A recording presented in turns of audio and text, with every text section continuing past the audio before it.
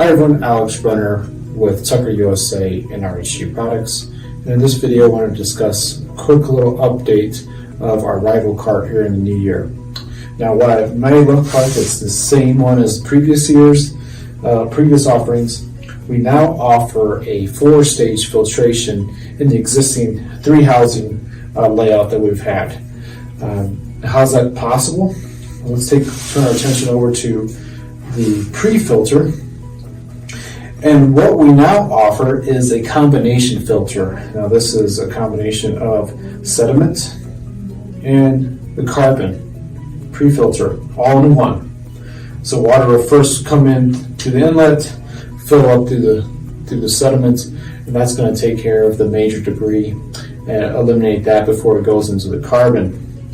Now in the previous versions we just had that single carbon that only blocked out chlorine.